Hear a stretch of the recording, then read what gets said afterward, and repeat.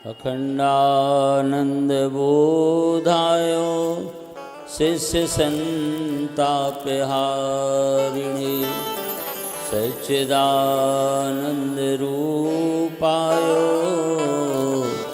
तस्मै श्रीगुरवे नमः।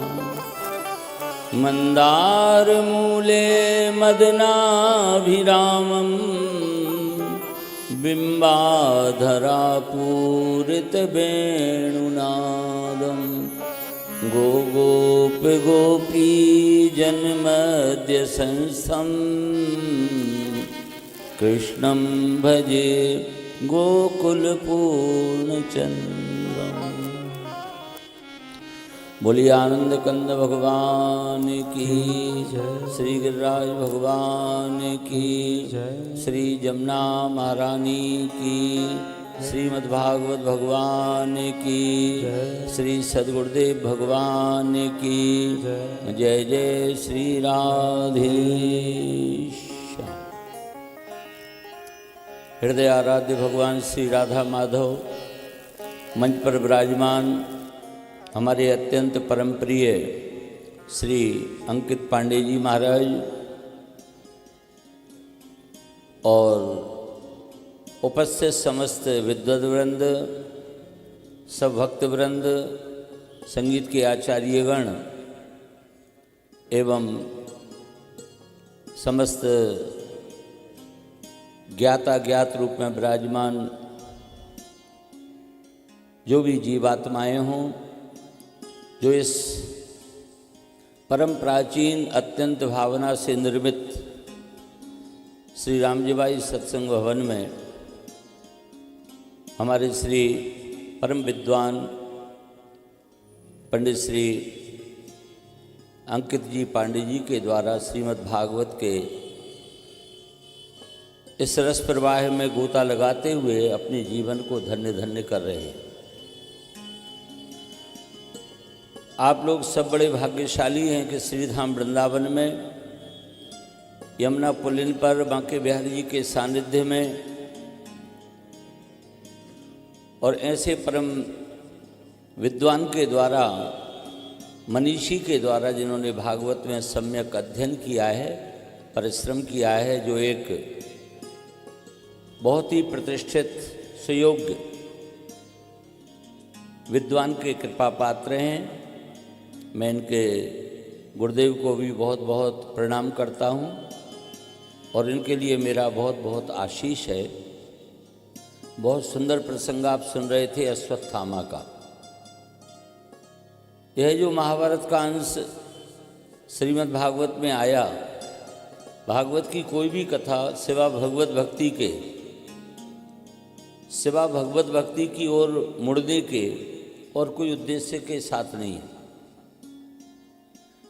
यहाँ पर धर्म की, धैर्य की, ये जो अत्यंत धर्मात्मा पांडव हैं उनकी परीक्षा का समय था।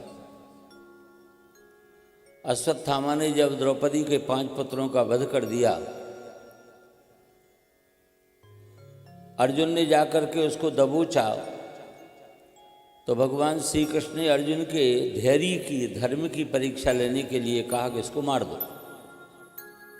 अर्जुन ने कहा भगवान वहीं चलकर मार देंगे सबके बीच में। बोले नहीं, यहाँ मारने में क्या आपत्ति है। बोले भगवान ऐसी जल्दी भी क्या है। बोले जल्दी भी है और ज़रूरत भी है। तुमने द्रौपदी के सामने प्रतिज्ञा की थी, मैं अश्वत्थामा का सिर काट करके लाऊंगा, उस पर बैठकर तुम अपने सिर के बाल धोना। इतना वजन काहे को ले चलें, इसका सिर काट करके ले चलो। ये बार बार भगवान उकसा रहे हैं, श्री कृष्ण उकसा रहे हैं, जबकि कृष्ण रोकते और वो मारता तो कोई बात थी। भगवान बोले शायद तुम्हें ये लग रहा है कि इसको मारकर मैं कोई अधर्म कर दूंगा। बोले देखो अर्जुन, इतनी जगह पर मारने में कोई हानि नहीं है। जहाँ पर जिसने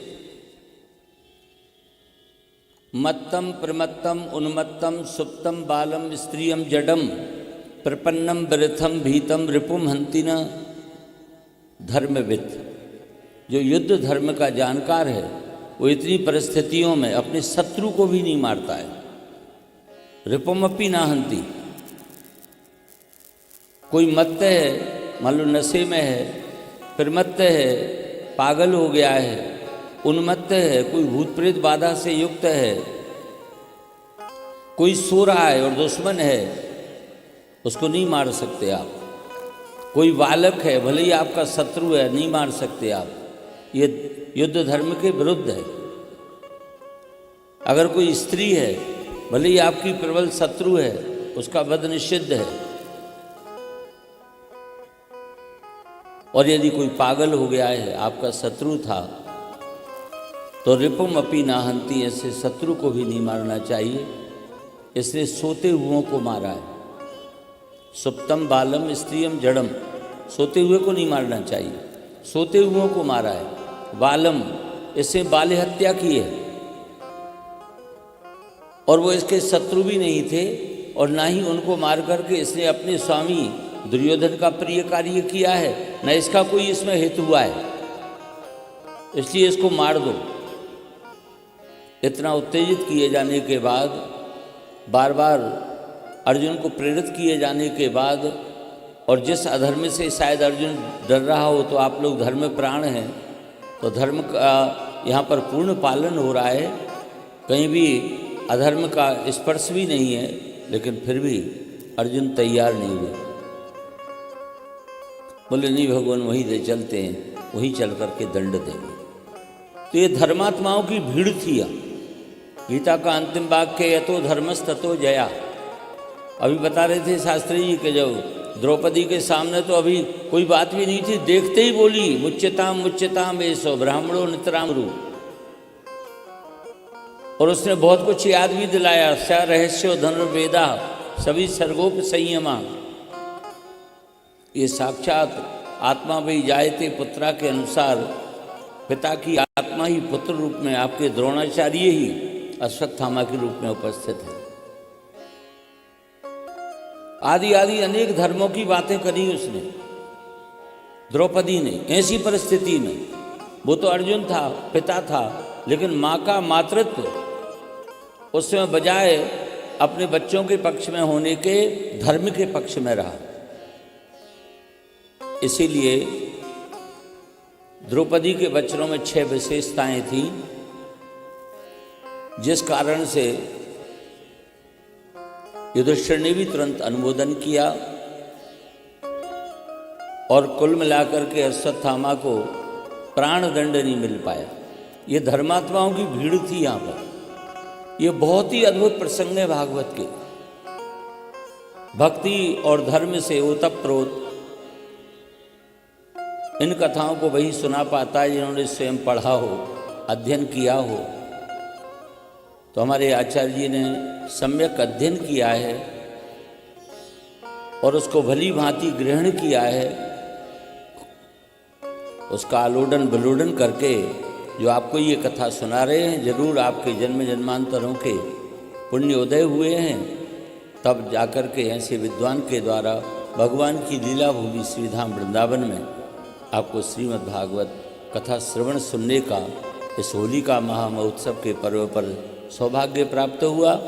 मैं ठाकुर श्री बांके बिहारी जी, राधा रानी, जमुना महारानी, गिरिराज भगवान और भागवत भगवान के चरणों में प्रार्थना करता हूँ कि जिन्होंने संकल्प लेकर के इस सुंदर आयोजन को यहाँ पर संपन्न कराया, उनकी सभी मनोकामनाएं पूर्ण हों, उनके घर में धन धान्य की सदैव समृद्धि रहे, वो सदैव निरंतर निरोग रहते हुए भगवान के भजन में, भगवान की भक्ति में, संतों की भक्तों की सेवा में और सत्संग में उनका चित्त लगा रहे, लीन रहें।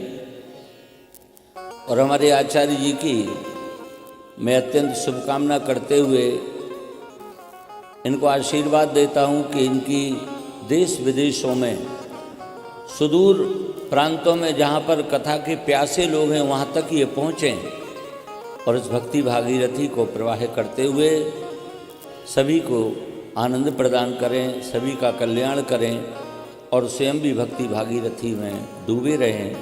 आप सभी के प्रति शुभकामनाएं। सभी संगीत के आचार्यगण, विद्वज्जन, सभी के प्रति मंगल कामनाएं। जय श्री कृष्ण, जय श्री राधे।